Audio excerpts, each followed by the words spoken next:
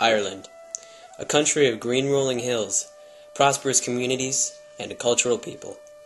Ireland maintains itself mostly on the potato crop, but in 1845, a great disaster happened that would change the history of Ireland forever.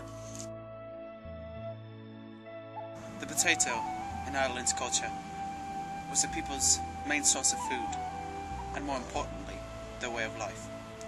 Now, in 1845, this was all taken away from them when the infamous potato famine struck. Now, this was one major push in sending all the immigrants from Ireland into America.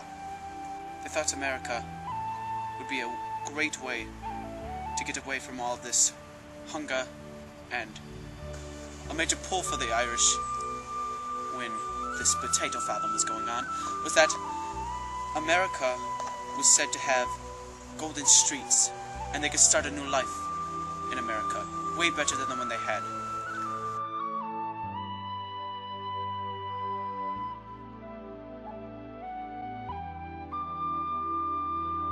Not only was the thought of America promising to the Irish immigrants, but in their country at the time they were having political issues. The Act of Union of 1803 pushed Ireland and other countries like Scotland and the UK under British policy. Now this usually wouldn't be that much of a problem, but to the Irish, it was almost like someone had stabbed them and they lost a part of themselves. So they did not like this and they wanted to escape that. They heard that in America they had freedom of everything, freedom of religion, and this was almost sort of like they were sort of like moths to a lamp. They were so attracted to it, and it was almost as if they couldn't escape. They couldn't escape the pull. It was almost magnetic.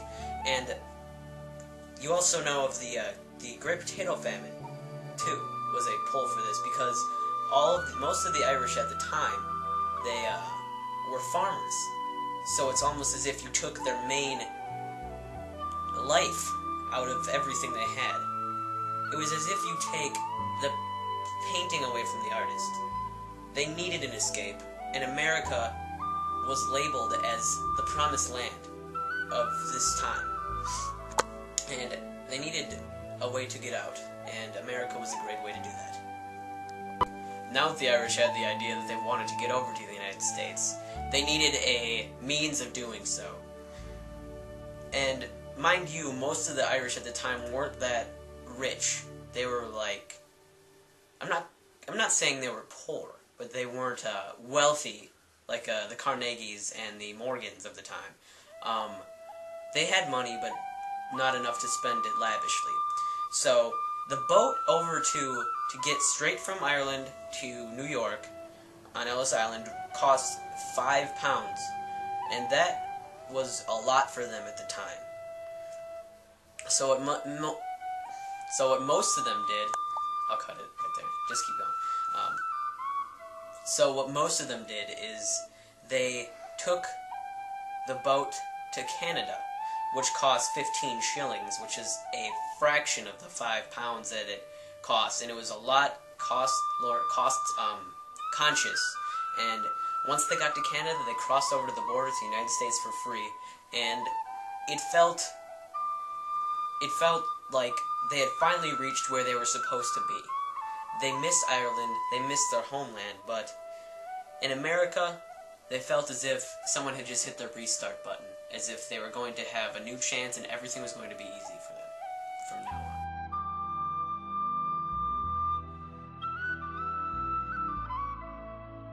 When the Irish came to America, they settled in cities in the eastern part of the United States, such as Boston and New York City. Now, for their jobs, the Irish started off as unskilled workers in factories. But as more and more came, as they began to settle in, they became skilled at their work. In fact, the Irish accounted for more than over half of the United States skilled workers. That number is astounding.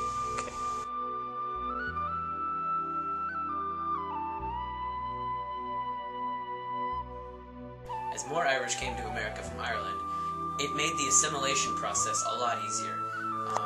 It would have been harder if there was maybe even 1,000 Irish, but there was many thousands of Irish that came over. And the assimilation into our culture was very evident.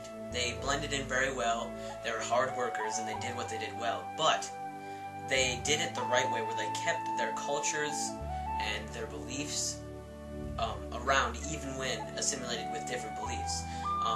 Their religious point of views was mostly Roman Catholic and Protestant, but a great majority was Roman Catholic. And with religious freedom in the United States, they had freedom to practice their religion, which was very great. And some of the culturist things you can see today are St. Patrick's Day, which is a big one. It has become a national holiday, and that was a huge leap for the Irish community in the United States. It made them kind of seem like this is their home now.